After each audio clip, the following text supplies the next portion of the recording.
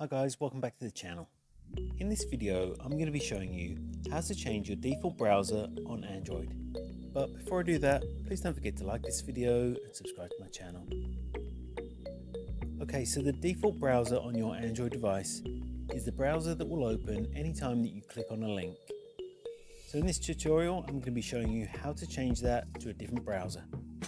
So to get started in changing your default browser, first you need to head over to the settings app on your mobile device. So you can do that by going to your home screen and then swiping up, and you'll see there's a settings app, so tap on that one. So scroll down until you get to the option that says apps, so tap on apps. So next, find the app that you'd like to change to be your default browser. For example, I want Chrome to be my default browser, so I'm just going to tap on Chrome. And here, about halfway down, it says default, so it says browser app, so you can see mine set to Chrome, but if I just tap on that one,